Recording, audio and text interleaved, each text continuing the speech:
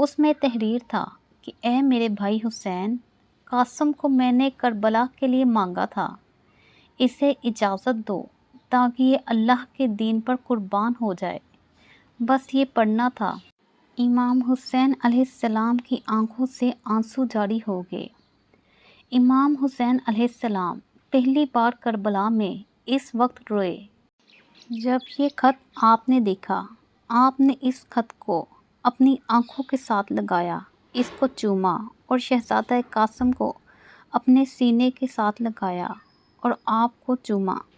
آپ نے فرمایا، ٹھیک ہے، اگر حسن کی یہ وصیت ہے تو میں نے اپنی زندگی میں کبھی ان کی بات نہیں ٹالی، تو میں آج بھی ان کی بات مانوں گا، تمہیں اجازت ہے۔ جب قاسم بن حسن رضی اللہ تعالیٰ عنہ میدان جنگ کے لیے نکلے، اس وقت ان کی عمر 16 سال تھی۔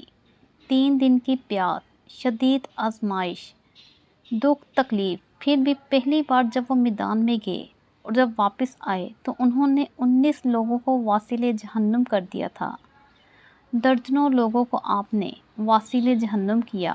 ایک بار واپس آئے اور کہا، چاچا، یزید کا لشکر تو بڑا ہی بزدل ہے، اگر چند قطرے پانی میرے حلق سے گزریں تو میں سارے کاٹ کر لے آؤں گا آپ کے پاس۔ آپ دوبارہ پھر میدان میں چلے گئے۔ عمر ابن سعد نے امام حسن رضی اللہ تعالیٰ عنہ کے لال کا یہ انداز جنگ دیکھا تو گھبرا کر چلا اٹھا کہ اے شام و عراق کے بہادروں، آج تمہاری جرت کہاں غارت ہو گئی ہے؟ تم میں سے کوئی اٹھے اور قاسم ابن حسن علیہ السلام کو قتل کرے۔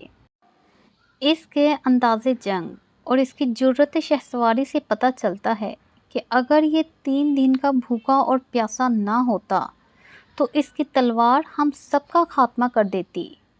اور پھر ارزق سے کہا کہ اس لشکر یزید میں تم سب سے زیادہ بہادر اور تجربے کار ہو، اس لیے قاسم کے مقابلے میں تم جاؤ۔ ارزق نے جواب دیا کہ اس چھوٹے سے لڑکے کے مقابلے میں میرا جانا میری توہین ہے۔ عمر ابن سعد نے کہا کہ اس کے لڑکپن کو نہ دیکھو، یہ دیکھو کہ یہ حسن المجتبیٰ کا بیٹا ہے، علی کا پوتا ہے، اس کے ہاتھوں میں شمشیر حیدری ہے اور اس کے رگوں میں بھی علی رضی اللہ تعالیٰ عنہ کا خون ہے۔ ارزق نے جواب دیا کہ اچھا، اگر اس کا قتل میرے ہی ذمہ ہے تو پہلے میں اس لڑکے کے مقابلے میں اپنے لڑکے کو بھیجتا ہوں، وہ بھی بڑا شہسوار ہے۔ الغرض ارزق کا لڑکا بڑے ہی تکبر و غرور کے ساتھ نیزہ ہوا میں لہراتا ہوا میدان میں آیا اور حضرت قاسم علیہ السلام کو آواز دی کہ ہمت ہے تو میرے سامنے آ، اور پھر یکا یک حق و باطل کی 2 تلواروں کی جھنکار سے فضائے کربلا گونج اٹھی۔ حضرت قاسم علیہ السلام نے نیزہ مارا جو اس کی ٹانگ پر لگا، وہ لڑکھڑاتا ہوا گھوڑے سے نیچے گر پڑا۔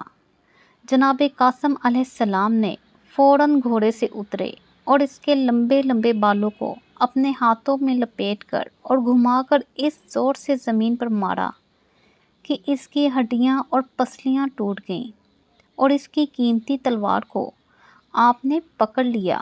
پھر ارزق کا دوسرا لڑکا مقابلے میں آیا اور وہ بھی جناب قاسم کے ہاتھوں واصل جہنم ہو گیا۔ پھر تیسرا آیا، حضرت قاسم علیہ السلام کا نیزہ اس کے سینے سے پار ہو گیا۔ پھر چوتھا آیا، پھر حضرت قاسم علیہ السلام نے تلوار سے اس کے بھی 2 ٹکڑے کر دیے، اور پھر ارزق کی آتش و غضب بھڑک اٹھی اور ایک تیز رفتار گھوڑے پر سوار ہو کر تلوار ہوا میں لہراتا ہوا مقابلے میں آیا اور آتے ہی جناب قاسم علیہ السلام کو نیزہ مارا۔ حضرت علی رضی اللہ تعالیٰ عنہ کے بہادر پوتے نے وار بچا لیا۔ جناب قاسم علیہ السلام نے تلوار ماری، ارزق نے روک لی۔ ارزق نے پٹا گھمایا، قاسم علیہ السلام نے داؤ بچا لیا، اور پھر ایک دوسرے پر تلواروں کے وار ہونے لگے۔ قاسم علیہ السلام نے تلوار اٹھائی تو ارزق دیکھ کر کہتا ہے کہ قاسم، یہ تلوار تو میری ہے، تمہارے ہاتھ کہاں سے آ گئی؟ تو حضرت قاسم رضی اللہ تعالیٰ عنہ نے فرمایا تمہارا پہلا بہادر بیٹا دے گیا ہے۔ اور پھر حضرت قاسم رضی اللہ تعالیٰ عنہ نے ارزق سے فرمایا کہ تم تو بڑے بہادر اور شہسوار ہو، اور تمہاری بہادری اور شہسواری کی دھوم تو شام اور عراق میں ہے، مگر تم اتنے بیوقوف ہو کہ گھوڑے کی ٹنگ کا بھی ہوش نہیں ہے۔ ارزق دھوکہ کھا گیا اور شرمندہ ہو کر گھوڑے کی ٹنگ کو دیکھنے کے لیے نیچے کو جھکا تو حسن رضی اللہ تعالیٰ عنہ کے لال نے فوراً تلوار اٹھائی اور ارزق کی گردن پر ماری اور وہ تن سے جدا ہو کر زمین پر گر پڑی۔